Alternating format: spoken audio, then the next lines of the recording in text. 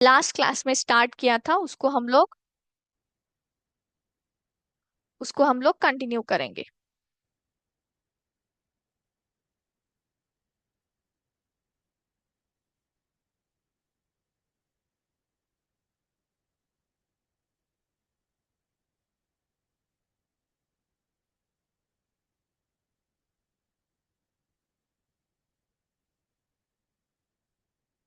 Yes, तो हमारा chapter था वर्किंग विथ फ्रैक्शन, जिसको हमने लास्ट क्लास में स्टार्ट किया था, करेक्ट। तो हमने बेसिक कॉन्सेप्ट जो है रिवाइज किए थे लास्ट क्लास में, जैसे कि फ्रैक्शन का मतलब, टाइप्स, फिर पार्ट्स ऑफ फ्रैक्शन, फ्रैक्शंस को हम लोग कंपेयर कैसे करते हैं, फिर इक्विवेलेंट फ्रैक्शंस का मतलब जाना था, फिर उसको जो है हम लोग कैसे फाइंड आउट करते हैं वो भी हमने देख लिया।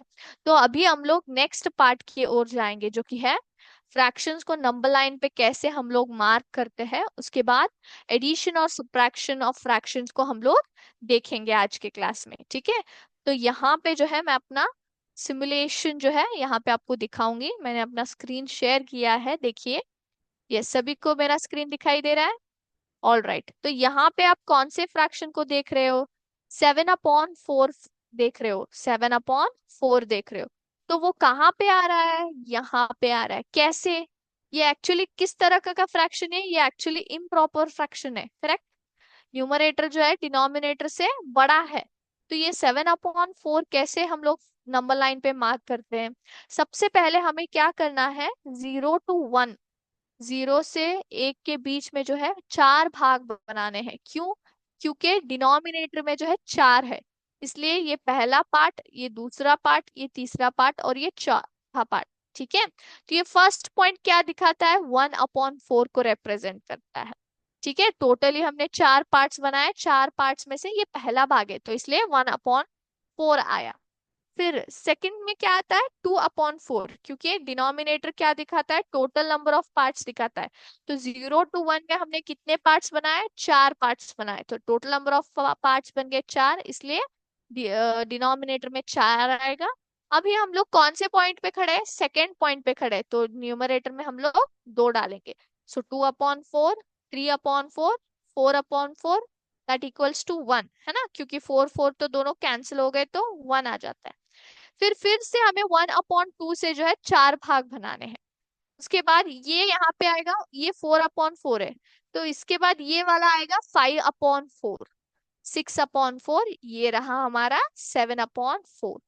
तो यहाँ पे जो है हम लोग 7/4 जो है मार्क करते हैं, ठीक है। अभी हम लोग क्या करेंगे, इसको थोड़ा सा जो हम लोग रेड्यूस करेंगे। देखिए 3/4 कहाँ पे आया? यहाँ पे। ये 1/4 है, ये 2/4 और ये रहा हमारा 3/4, ठीक है। अभी मैं डिनोमिनेटर को ज्यादा करती हूँ, मैंने 3/5 किया, तो ऑटोमेटिकली आप क्या ऑब्जर्व करते हैं? 0 to 1, 1 to 2, ऐसे जो है भाग में जो हम लोग डिवाइड करते हैं वो ज्यादा हो गया। पहले चार भाग किए थे क्योंकि डिनोमिनेटर में चार था, लेकिन अभी कितने हुए? पांच भाग हुए, क्योंकि डिनोमिनेटर क्या बताता है? टोटल नंबर ऑफ पार्ट्स बताता है।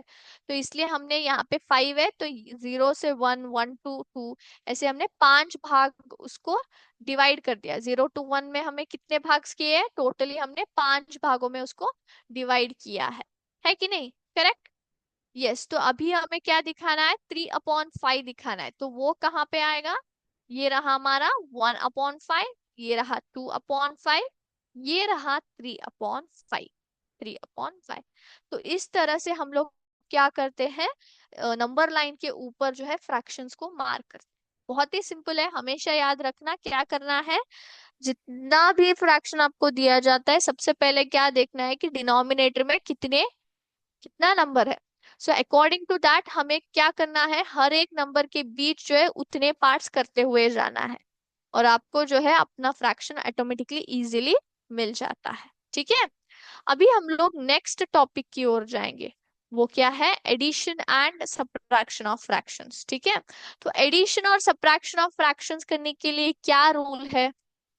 क्या रूल है सबसे पहले बताइए, कोई बताएगा मुझे? फॉर एग्जाम्पल, जब दोनों डिनोमिनेटर सेम होते हैं, when both denominators are same,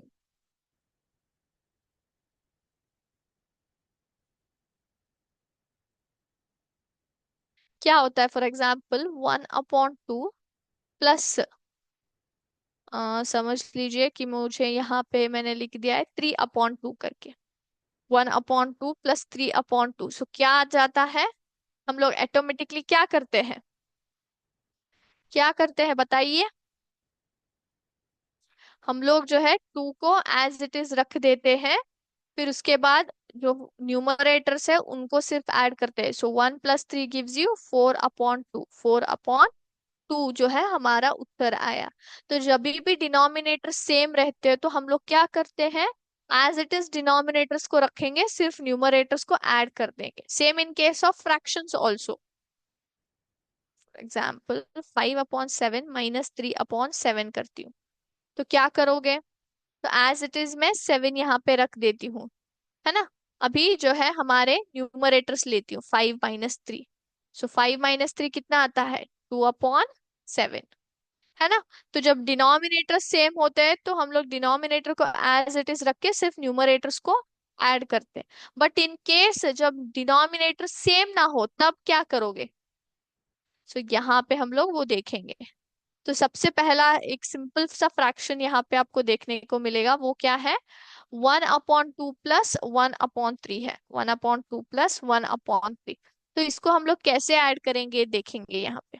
तो सबसे पहले हम लोगों ने यहाँ पे क्या निकाला है, उनके इक्विवेलेंट फ्रैक्शंस निकाले हैं, है ना, इक्विवेलेंट फ्रैक्शंस निकाले। सो मतलब इक्विवेलेंट फ्रैक्शंस निकालने से क्या हो गया, देखिए यहाँ पे जो है हमारे डिनोमिनेटर्स सेम आ गए, 6 6 आ गया, देखिए दोनों तरफ।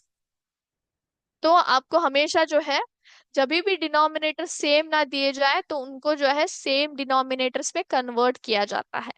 तो यहाँ पे हमने इक्विवेलेंट फ्रैक्शंस की मदद से जो है हमने यहाँ पे क्या ले लिया, फ्रैक्शन को जो है डिनोमिनेटर उनका सेम बना दिया। तो जब डिनोमिनेटर सेम हो गया तो कोई प्रॉब्लम ही नहीं है, हम लोग क्या कर देते हैं, देखिए यहाँ पे क्या हुआ, एज इट इज हमने डिनोमिनेटर यहाँ पे रख दिया है और हमने जो है न्यूमरेटर्स को ऐड कर दिया, 3 + 2 गिव्स यू 5/6। तो 6 में से यहाँ पे क्या हो गए, 5 भाग मिल गए हैं, 5 भाग जो है यहाँ पे हाईलाइट हो चुके हैं। तो हमारा आंसर 5/6 है ना। इसी को अगर हम लोग सब्ट्रैक्ट करना चाहे तो 1/2 -1/3 अगर हम लोग करते हैं तो क्या होता है, सेम प्रोसीजर है। सबसे पहले उनके इक्विवेलेंट फ्रैक्शंस यहाँ पे हम लोग निकालेंगे, तो फिर से इक्विवेलेंट फ्रैक्शंस तो सेम ही आएंगे ना, 3/6 और 2/6, जिससे कि हमारे क्या हो गए, यहाँ पे डिनोमिनेटर सेम आ गए, है ना। तो 6 को जो है एज इट इज बिठा के 3 - 2 करेंगे, 3 - 2, सो 3 में से 2 निकालोगे तो कितना आता है, 1/6 जो है हमारा आंसर आ गया। Is it clear, is it clear, देखिए यहाँ पे, यस, इज इट क्लियर, सभी को समझ में आया। तो एडिशन और सब्ट्रैक्शन करने में जब डिनोमिनेटर सेम है तो एज इट इज हम लोग रख देते हैं डिनोमिनेटर को और सिर्फ न्यूमरेटर्स को ऐड करते हैं। लेकिन जब डिनोमिनेटर्स सेम ना हो तो उनको फिर से सेम बनाना पड़ता है। तो वो कैसे बनाते हो, that is through equivalent fractions, या फिर हम लोग जो है डिनोमिनेटर्स का एलसीएम भी निकाल कर करते हैं, वो भी आप लोग कर सकते हो। सो जिससे कि डिनोमिनेटर सेम हो जाएंगे तो ऑटोमेटिकली आपको सिर्फ न्यूमरेटर्स को ऐड करके जो है आपको आंसर निकालना है, या फिर न्यूमरेटर को सिर्फ सब्ट्रैक्ट करके आंसर निकालना है। Is it clear, is it clear, सभी को समझ में आया, यस। तो अभी हम लोग जो है हमारे जो चैप्टर की ओर बढ़ेंगे, वो जो कि है मल्टीप्लिकेशन ऑफ फ्रैक्शंस। तो इस चैप्टर पे मेनली आप लोग सिर्फ मल्टीप्लिकेशन और जो है डिवीजन ऑफ फ्रैक्शंस के बारे में ही सीखेंगे, ठीक है। मैंने आपको बेसिक्स इसलिए रिवाइज किया है क्योंकि आपको जो है वो नॉलेज कभी भी नहीं जाना चाहिए, क्योंकि ये जो है आखिरी पड़ाव है मल्टीप्लिकेशन और डिवीजन फ्रैक्शंस में। लेकिन पीछे का जो है हमेशा याद रखना है, क्योंकि उसी से कॉन्सेप्ट जो है स्ट्रांग पकड़ता है ना, स्ट्रांगनेस आ जाती है। मल्टीप्लिकेशन ऑफ फ्रैक्शंस,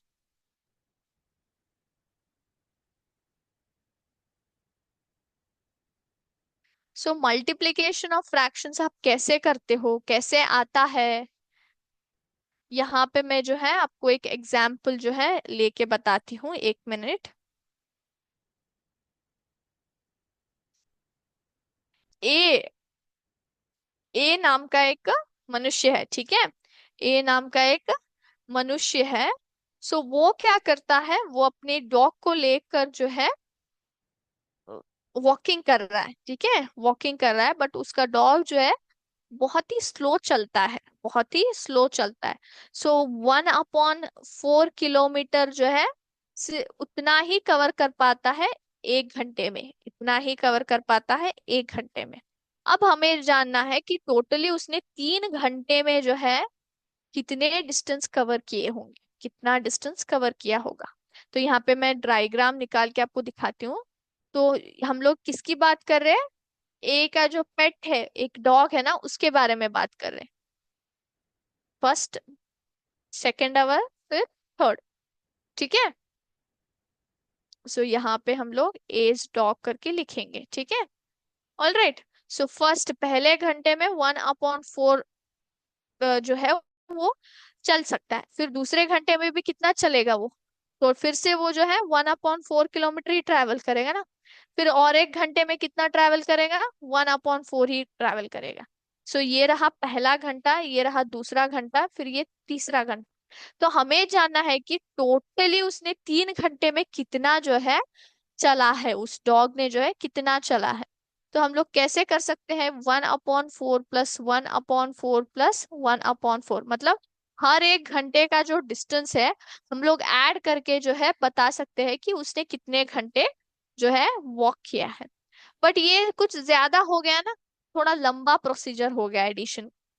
इसके बदले आप क्या कर सकते हो, डायरेक्टली जो है उसने 1 घंटे में कितना चला है, 1/4 किलोमीटर, तो 3 घंटे में कितना चलेगा, सो 1/4 × 3 आवर्स, तो कितना चला होगा उसने, टोटली 3/4 किलोमीटर वो चला होगा।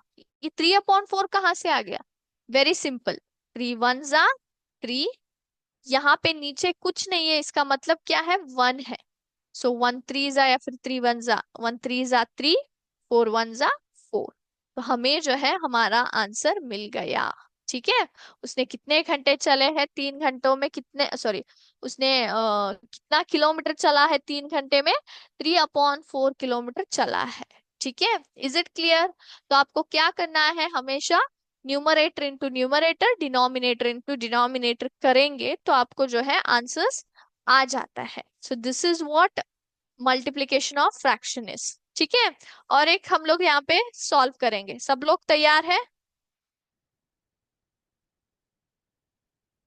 आपको इसको सॉल्व करके बताना है, ठीक है।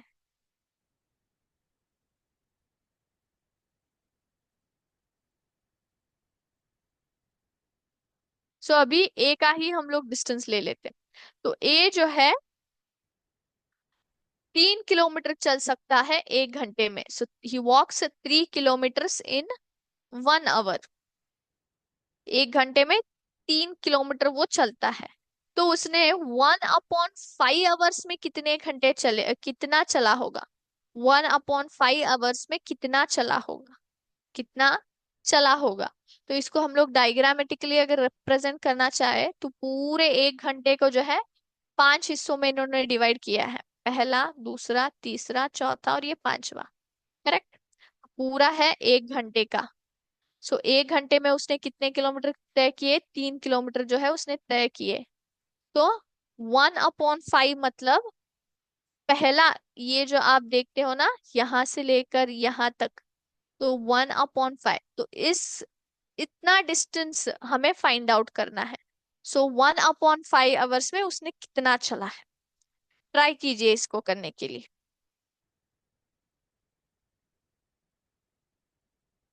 ट्राई कीजिए।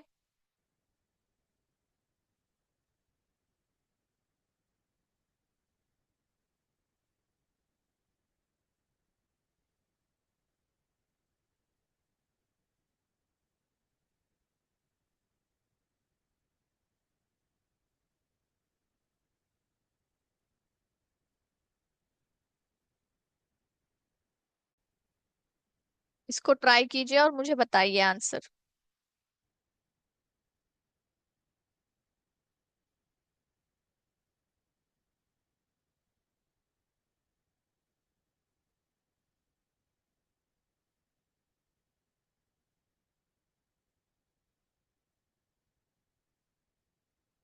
किया सबने ट्राई? ओके। तो यहाँ पे क्या है, मैंने अभी आपको एक क्लू दिया, वो क्या था? 1 घंटे को जो है उन्होंने 5 हिस्सों में डिवाइड किया है, करेक्ट?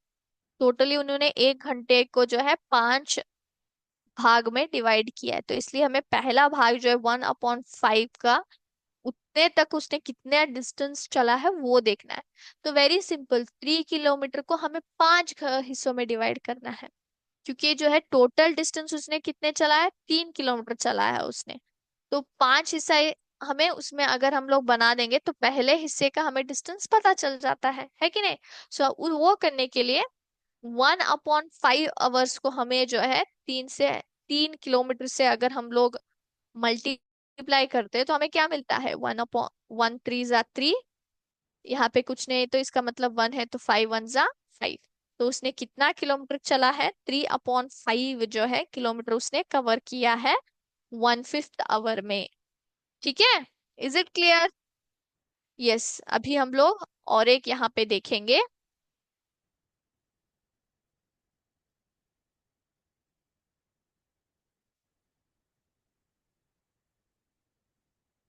इसको करके दिखाइए, 7/8 × 2।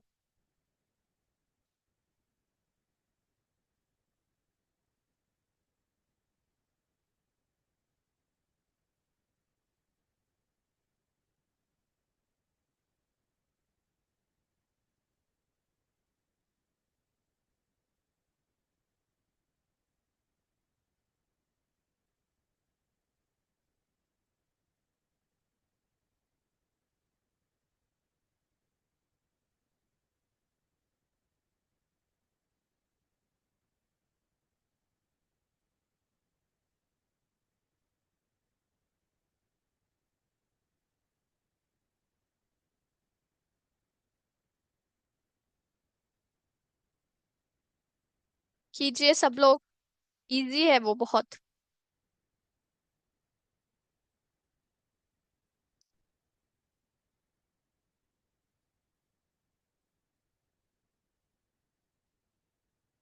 किया सबने? Okay.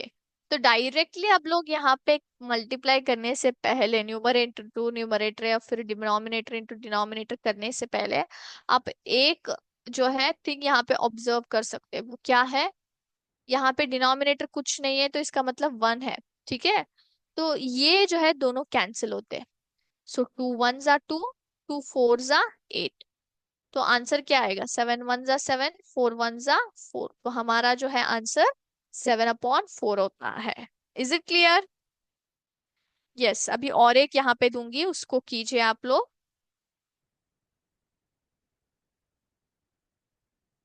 A farmer had 5 grand children. Farmer के जो है कितने ग्रैंड चिल्ड्रन थे? 5 थे। ग्रैंड चिल्ड्रन 5 थे। ओके। तो उसने क्या किया, शी डिस्ट्रीब्यूटेड, उसने जो है डिस्ट्रीब्यूट किया अपने ग्रैंड चिल्ड्रन में, जो अपना फार्म था ना उसको डिस्ट्रीब्यूट किया। तो हर एक को कितना एकड़ जमीन दिया है, 2/3 acre of land she has distributed. She has distributed. तो हमें क्या फाइंड आउट करना है, how much land in all did she give to her grandchildren. सो पूरे टोटली उसने कितना लैंड डिस्ट्रीब्यूट किया है वो फाइंड आउट करना है। Total land distributed among the 5 grand children, 5 grand children में उसने टोटल लैंड कितना डिस्ट्रीब्यूट किया है वो हमें जानना है। तो इसको करने का आप कोशिश कीजिए, उसके बाद जो है मैं आपको आंसर बताऊंगी।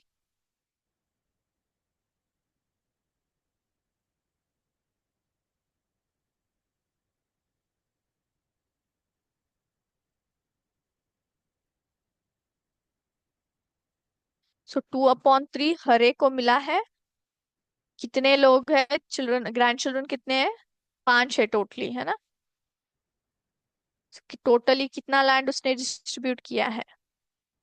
तो वेरी सिंपल, करेंगे अभी हम लोग, ठीक है? तो हर एक एकड़ कितना है, 2/3। एक ग्रैंड चिल्ड्रन को कितने एकड़ जमीन मिली है, 2/3 मिला है। वैसे कितने बच्चे थे? 5 थे, सो 2 5 जा 10, एज इट इज मैं 3 लिख रखती हूँ क्योंकि यहाँ पे 1 है, तो ऑब्वियसली 3 1 जा 3 ही आएगा। तो हमारा आंसर कितना हुआ, टोटली उसने कितनी एकड़ जमीन बांटी है, 10/3 जो है एकड़ जमीन उसने अपने नाता नातियों के लिए बांट दी है, 10/3। Is it clear? So multiplication of fraction करने के लिए बहुत ही सिंपल रूल है, वो कौन सा है? Numerator into numerator, denominator into denominator. अगर कोई भी डिवाइड होता है मतलब कैंसिल होता है एक दूसरे से, वो हमें करना है। ठीक है। यस। तो आज का सेशन हम लोग जो है हमारा एक्सप्लेनेशन क्लास यहीं पे स्टॉप करूंगी। अब हम लोग जो है हमारे एमसीक्यूज की तरफ जाएंगे, ठीक है, जो हमारे प्रीवियस चैप्टर के ऊपर है। तो सबसे पहला प्रश्न ये रहा, देखिए। The sum of three angles in a triangle is dash. This property is known as dash. Option A, angle sum property 180 degrees. Option B, 180 degrees angle sum property. Option C, 360 degrees angle sum property. So जो तीनों angles के सम होता है, एक triangle में जो तीनों angles होते हैं उनका सम कितना होता है, और इस प्रॉपर्टी को हम लोग क्या बोलते हैं? कौन सा ऑप्शन सही है? It is, yes, it is option B, है ना।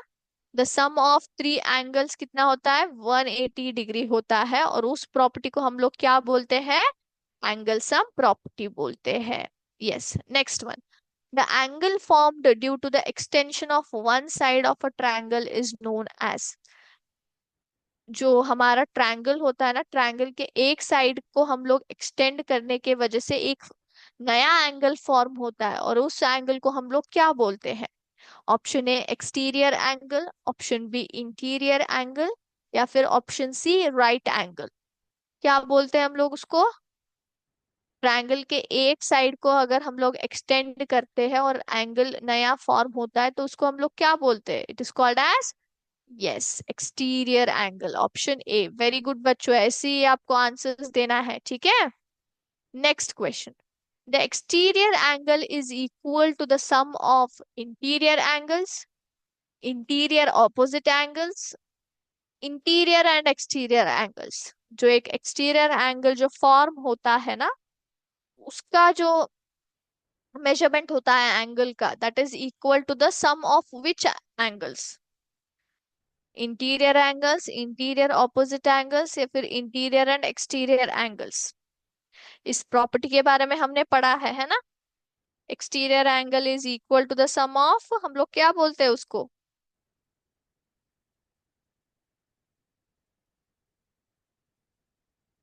Is equal to, yes, option B, है ना। Sum of two interior opposite angles जो होते हैं उसके बराबर ही होता है वो। Next 14th question. The height of a triangle is known as vertex, altitude, या फिर एंगल। ट्रायंगल को जो हाइट होता है उसको हम लोग क्या बोलते हैं? वर्टेक्स, एल्टीट्यूड, या फिर angle. It is known as, yes, उसको हम लोग एल्टीट्यूड बोलते हैं ना, एल्टीट्यूड बोलते हैं। Next. The altitudes of a triangle measure dash. जो ट्रायंगल में अल्टीट्यूड्स फॉर्म होते हैं ना, उनके मेजरमेंट कितने होते हैं? Option A 180 degrees, option B 360 degrees, या फिर ऑप्शन सी 90 डिग्रीज। अल्टीट्यूड का मेजरमेंट कितना होता है? इट इज नोन एज, कितना आता है? यस, ऑप्शन सी 90 डिग्रीज, है ना। ऑप्शन सी 90 डिग्रीज आता है। यस। तो यहाँ पे जो है हमारा प्रीवियस चैप्टर जो है, tell of three intersecting lines, तो उसके ऊपर हमने जो है हमारा एमसीक्यू टेस्ट जो मैं कंडक्ट करती हूँ हर चैप्टर के बाद, वो हमने कंप्लीट कर दिया है, ठीक है। यस। तो अभी हम लोग जो है हमारे क्लास को खत्म होने से पहले आज का जो है थोड़ा सा हम लोग एक इंटरेस्टिंग 2 मिनट का हम लोग सेशन करेंगे, ठीक है। तो यूजुअली मैं आपको मोटिवेशनल थॉट्स बताती हूँ या फिर इंडिया के बारे में कुछ फैक्ट्स बताती हूँ, है ना। तो आज हम लोग जो है एक और नई चीज हमारे भारत देश के बारे में जानेंगे, वो है जयपुर के बारे में। तो जयपुर एक्चुअली है कहाँ? जयपुर है राजस्थान में, है ना। तो राजस्थान कौन सा जो है स्टेट है, सबसे बड़ा स्टेट है हमारे इंडिया में, है ना। वहां पे जो है बहुत ही हिस्टोरिकल थिंग्स हमें देखने को मिलती है ना। हमारी हिस्ट्री जो है राजस्थान से बहुत ज्यादा जुड़ी है कि नहीं। तो वहां पे एक शहर है जयपुर, है ना, बहुत ही फेमस है वो, है ना। तो जयपुर को हम लोग किस नाम से पुकारते हैं, उसको हम लोग पिंक सिटी भी बोलते हैं। क्या बोलते हैं? पिंक सिटी भी बोलते हैं। वो क्यों कहा जाता है वो हम लोग आज देखेंगे, ठीक है। यस, तो सब लोग तैयार। सो और एक नया फैक्ट यहाँ पे हम लोग देख रहे हैं। देखिए यहाँ पे, तो ये रहा उसकी वजह। Jaipur is called the Pink City because Maharaja Ram Singh had the city painted a welcoming pink color in 1876 to greet Albert Edward, the Prince of Wales. Pink city क्यों इसका नाम पड़ा? जयपुर जो हमारा वन ऑफ द सिटी है Rajasthan state में, क्योंकि वहां के जो महाराजा थे, ये कब की बात है? 1876 की बात है। तो वहां पे जब हमारे महाराजा राम सिंह रहते थे ना, उन्होंने क्या किया था, अल्बर्ट एडवर्ड, क्योंकि प्रिंस ऑफ वेल्स है। वेल्स क्या है? वेल्स किसी को पता है क्या है? वेल्स क्या है, बता सकता है कोई? वेल्स एक प्रदेश है, ओके। सो वहां के जो प्रिंस थे ना, अल्बर्ट एडवर्ड, वो जो है जयपुर आ रहे थे। सो हमारे जो देश है, वहां पे जयपुर में वो जो है आ रहे थे।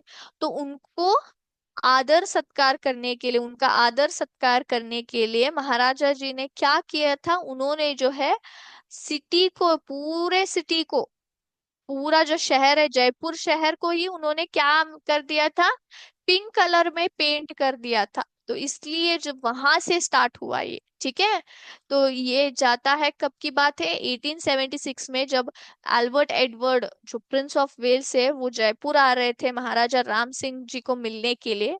तो उनको, उनका आदर करने के लिए उन्होंने पूरा शहर जो है पिंक कलर में पेंट कर दिया, ठीक है। Next, the colour was chosen because, pink ही क्यों चुना गया था? क्योंकि वो क्या दर्शाता है, पिंक जो है हॉस्पिटैलिटी को दर्शाता है, मतलब आदर सत्कार, बहुत ही अच्छे से उनका जो है सम्मान करना, वो दिखाता है, जो कि राजस्थान की एक परंपरा भी है। तो राजस्थान में लोग एक दूसरे को बहुत सम्मान देते हैं, आदर सत्कार करते हैं, है ना। तो इसलिए जो है पिंक कलर सिंबलाइज करता है हॉस्पिटैलिटी के। और ये जो है राजस्थान का एक बहुत ही बड़ा ट्रेडिशन है आदर सत्कार करने के लिए, है ना, करना।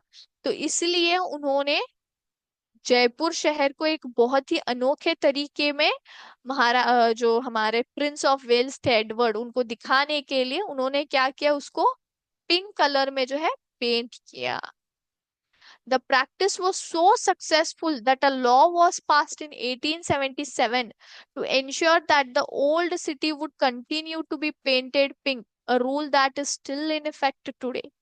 ये जो उन्होंने पहली बार जो किया था, वो वैसे ही चलता गया, वो दौर वैसे ही चलता गया, पिंक कलर में कलर करना, और वो इतना सक्सेसफुल रहा कि 1877 में क्या हुआ, एक लॉ पास किया गया था कि जो हमारा पुराना जयपुर सिटी है, अभी तो ये बहुत बड़ा हो गया है ना, because of all the population is increasing, सब कुछ वजह से क्या हो गया, आधुनिक चीजों की वजह से शहर ऑब्वियसली बड़ा हो गया। बट जो पुरानी जयपुर सिटी है, पुराना शहर जो है जयपुर का, वो अभी भी जो है पिंक कलर में ही पेंट होता है। और ये लॉ पास किया गया, एक रूल बना दिया लीगली के, ऐसे ही उसको पिंक कलर में आपको कलर करते ही रहना है। और आज भी ये जो है वहां के लोग आज भी उस पद्धति को कंटिन्यू करते हैं, ठीक है। यस, तो ये रहा आज का एक नया विषय जो आप लोग जान गए, क्यों जयपुर शहर को हम लोग पिंक सिटी के नाम से जानते हैं, ठीक है। तो यस, आज का क्लास हम लोग यहीं पे स्टॉप करेंगे बच्चों, नेक्स्ट क्लास में फिर से मिलेंगे। थैंक यू बच्चों, जय हिंद, जय विद्या शक्ति।